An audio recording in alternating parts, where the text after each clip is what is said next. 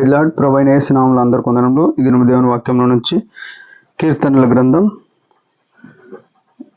94వ అధ్యాయం 14వ వచనం.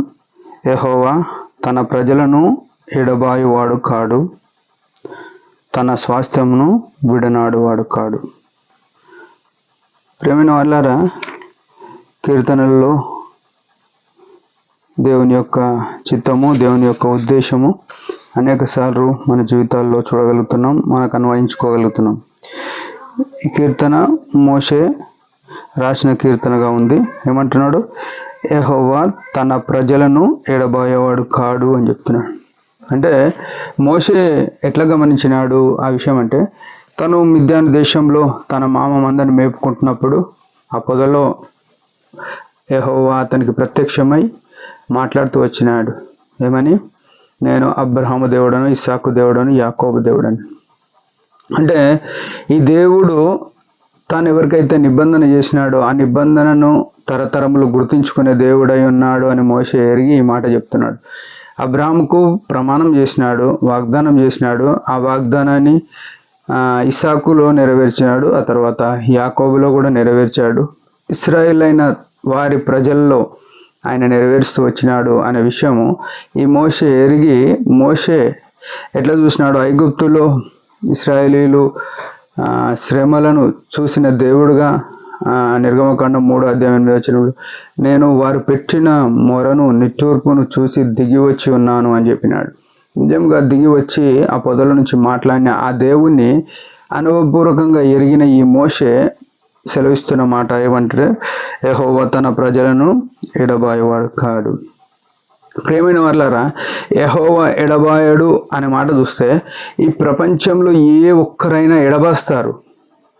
తల్లి, తండ్రి, భార్య, పిల్లలు, ఇట్లా చెప్పుకుంటే రాజులు, సైనికులు, ఇంకా అధిపతులు ఎవరనుండని వారు ఒకనాడు ఇడిసపెట్టేస్తారు. కానీ ఈ దేవుడు, ఈ మంచి దేవుడు, యెహోవాను నామం వహించిన ఈ తండ్రి తన ప్రజలను ఎడబాస్టోడు కాదు అని ఎరిగినాడు మోషే.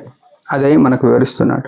ఆయన మన కొరకు ఆ మహిమను వదులుకొని యేసుక్రీస్తు ప్రభుగా ఈ లోకానికి దిగి వచ్చి, ఏదైతే ఆదాము వలన మనకు పాపం వచ్చిందో ఆ పాపం తీసివేయడానికి తన కుమారుడైన యేసుక్రీస్తు ప్రభు ఈ లోకానికి వచ్చడం ద్వారా, ఆయన శిలువలో ప్రాణం ఇచ్చడం ద్వారా మనల్ని ఏం చేసినాడంటే ఎడబాయని దేవుడుగా ఉన్నాడు.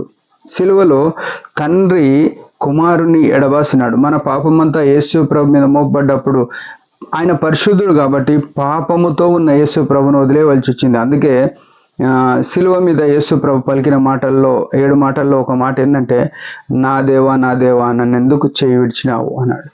తండ్రి కుమారుని ఎడబాసినాడు, కానీ తన ప్రజలైన నిన్ను నన్ను ఆయన ఎడబాయనికి ఇష్టం లేక ఆయన కుమారుని ఎడబాసినాడు. ఈ గొప్ప ప్రేమను మనం ఎరిగి ఉండాలి. ఈ గొప్ప ప్రేమను మన మనసులో ఎప్పటికి పెట్టుకోవాలి. తన స్వాస్థ్యమైన వారిని, తన స్వాస్థ్యమును విడనాడువాడు కాడు.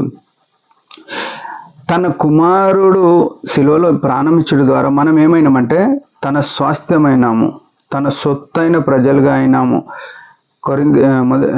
మొదటి పేతురులో 1:2-9 చూస్తే, ఆశ్చర్యకరమైన తన వెలుగులోనికి మీరు పిలిచిన వాడు అని చెప్తున్నాడు.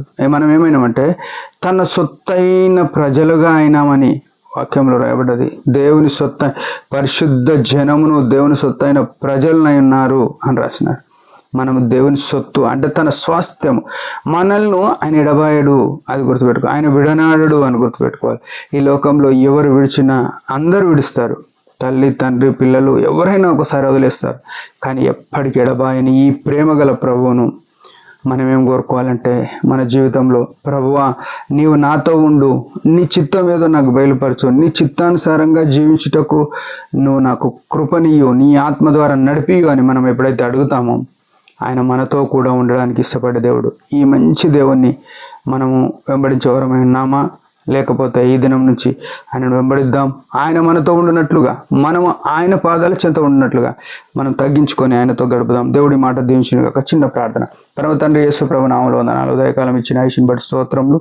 మోసే సెలవిచ్చిన మాటల ప్రకారం మేము కూడా నిన్ను ఎల్లప్పుడూ కోరుకొని నిన్ను వెంబడించుట కృపనీయమని యేసు ప్రభు నామములో ప్రార్థిస్తున్నాం తండ్రి. ఆమె మీరందరి పరిచయం గురించి భారంగా ప్రార్థించండి. Praise the lord.